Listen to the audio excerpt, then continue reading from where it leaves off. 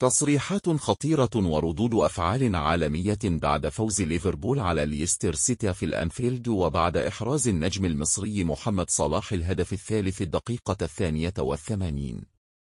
صرح اللاعب السنغالي ساديو ماني عقب المباراة بأن محمد صلاح لاعب رائع وهو دائما يجلب الفوز لفريقه، وأنه اختار البقاء في ليفربول وكان قراره صائبا، أما أنا فقد أخطأت عندما تركت هذا النادي العريق، وأنا أطلب من محمد صلاح أن لا يرحل عن ليفربول على الرغم من الضغوط التي يواجهها بشأن تخفيض الراتب.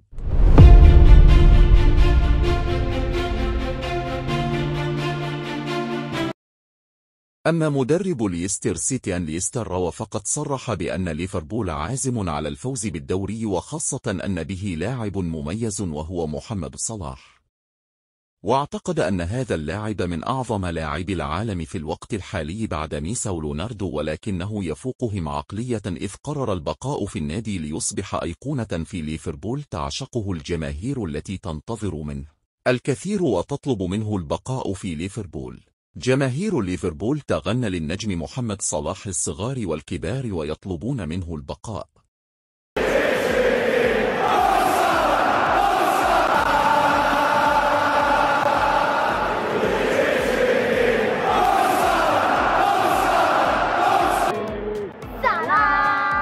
I don't ever slow up, no I don't take shit. I got no love for the fakeness. If you wanna play tough and wanna hate this, I'll always show up.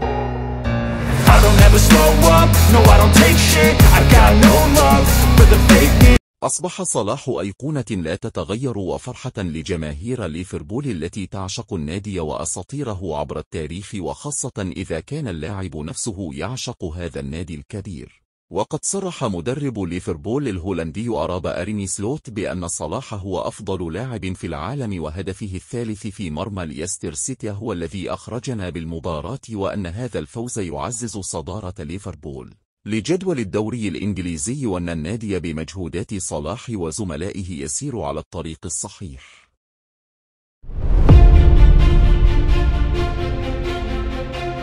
أما مدرب ويست هام فقد صرح بأن نادي ليفربول يسير نحو البطولة وهو عازم على الصدارة، وأن ليفربول لديه نجم رائع وهو محمد صلاح، لاعب يحرز دائما أهداف عندما يحتاجه فريقه.